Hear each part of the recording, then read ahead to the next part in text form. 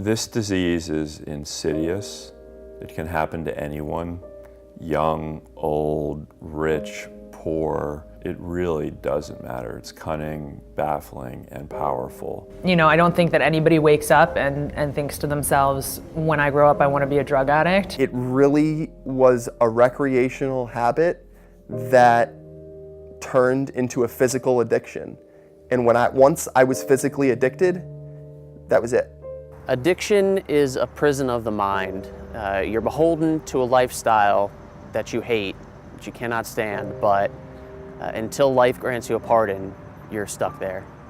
Waking up every day, wondering, am I going to die? Waking up every day, wondering, how am I gonna get my drugs? How am I gonna drink? How am I gonna survive for the day? You know, it was tough. Like, it was one of those things that I really don't think anyone should ever have to go through. You're surviving, you're not living. And it's hard, very hard. My addiction took me to places I never thought I'd go. My bottom was so lonely, awful depression, living on the streets. I felt hopeless. I didn't know where to turn. I felt like my life was over. I was giving up. My life was complete chaos. I was in and out of 47 rehabs, was homeless, had 4 overdoses, was in and out of jail, and there was just no hope. I was sitting on the train tracks and there was 2 thoughts in my head. Do I go get high or do I just jump in front of that train that's coming by? Well, when my wife Janice and I found out that my son was addicted to drugs, we were devastated and extremely shocked about the whole situation.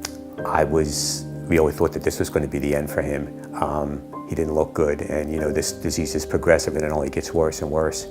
I personally denied it and was in such denial, and I really did not realize what we were dealing with until I got my call that my son basically died of a drug overdose and had to be revived. At that point, I'm changed. I'm changed forever.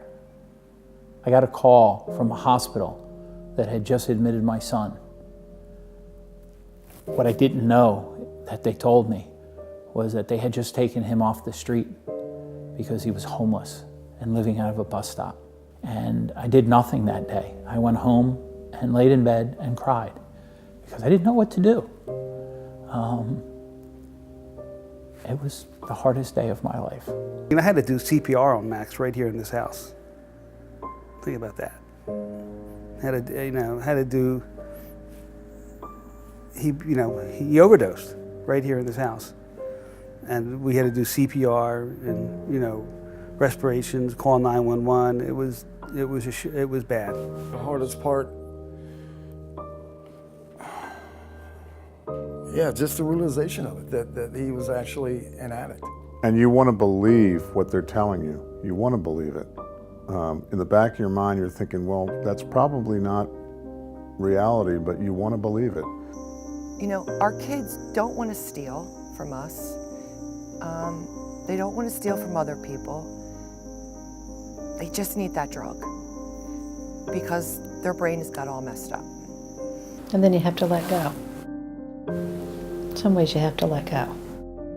It's very hard. You know, I couldn't breathe. We couldn't eat. Sometimes we didn't know where Nick was because he went to 9 treatment centers and he ran from 7 of them in 4 months, in a 4-month period. So there were times where I would have to pull over on the side of the road just to get my breath.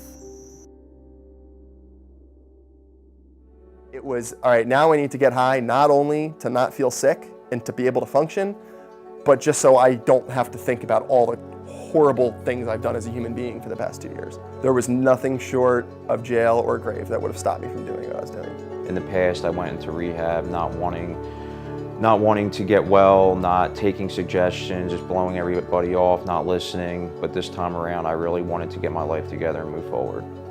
I would do anything and hurt anyone to get what I needed, and that just wasn't who I really am. I literally was on my knees in the shower, crying out for help, saying, I need to stop drinking, but I don't know how. I'm going either to jail or I'm gonna end up dead. I decided one day to just call my mom. I'm like, Mom, I'm done with this. And that day, I got to spend the night at my house, and then the next day, I was off to rehab. And That's what started my journey. I could not find my son. I had no idea where he was. I knew that something drastic had to be done or it was going to get way worse and we would be burying my child. So I started seeking a long-term plan to save his life. We've been through many different programs, 30 days, 60 days, and this problem is so acute and so difficult, it can't be done in 60 days. There is not a quick fix to this. This is not, you can just turn this off or on. He was my baby.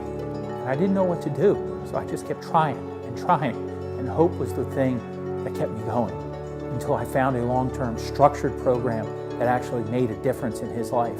And thanks to that program, I have my son back today. My son just celebrated 3 years of sobriety on June 23rd of 2017. I love my son, and I love the fact that he's excited about his life again. It's like he woke up. It's amazing to see the change in him. Right. He's like his old self.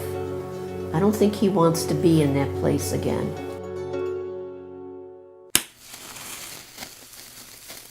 Hope for me is something that you aren't given. It's that little voice inside your head that says, keep going. There's something better on the other side.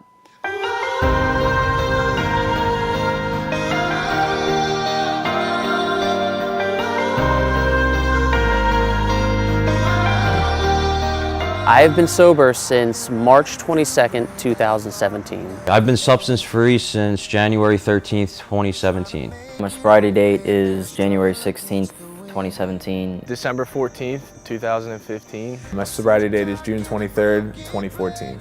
August 24th, 2012. My sobriety date is August 9th, 2007. My sobriety date is November 26th, 2001. I got sober on February 14th, 1986.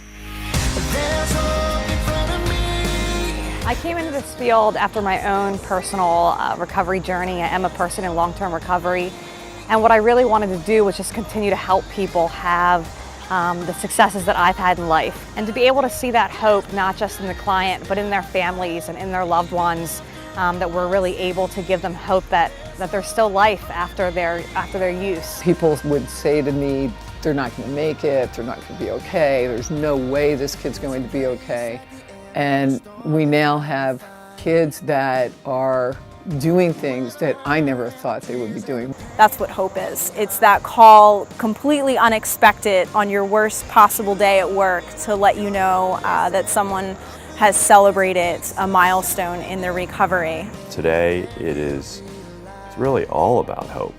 Every single day offers many, many bright moments for me personally. I see myself, with a wife, with kids, have my own house, have my own car, and be able to provide for the people that I love and provide for my family whenever they get too old to provide for themselves and kind of give it back. I feel hopeful and optimistic right now for the first time in a long time. Today is Tuesday, August the 8th, and my son and I are going to go play golf today. I haven't played golf with my son in close to 8 or 9 years. So this is a watershed moment for me today, and if it wasn't for the program at the Manor, I don't think any of this ever would happen. Today, my future is full of endless possibilities. Life gets better, man. I was down in the dumps and not wanting to live, and now all of a sudden, I'm sitting in my backyard on a beautiful day outside, just trying to get another day sober and help somebody else out. My message of hope is that the point at which I am in my life and the happiness and contentment that I have with where I am, it's not something I ever thought was possible. I didn't think I could be as happy and content as I am in my life right now. I got so much more than I ever bargained for or expected. I thought I would just be clean and that would be it, but I've actually surpassed my expectations. I'm happy with who I am. I love the direction my life's going, and I really am excited for my future. I can say here honestly that if it wasn't for this program, I think my son wouldn't be around here today. Hope to me is my son, every day getting up and doing great and positive things in his life. He has a smile on his face for the first time in a long time. He has his family back. He has his life together. And to me, that is everything that hope is. Today, I'm grateful to have the opportunity to work with my son, helping others on their journey to recovery. There is hope for everyone. There's a brokenness inside of you. There's a wound that still reminds you of the fear, shame, and rejection. You have seen it, you have seen it. You know it's time to get up, but your heart's paralyzed, you're so stuck. You're past the point of trying again. You're defeated, you're defeated. But something inside you can't deny. You hear the call of your creator. I made you for more, unlock the door. I wanna restore your glory. So rise, breaking the dark, piercing the night can make you shine. An army of hope, bringing the world a radiant light, a radiant light. You were made to rise,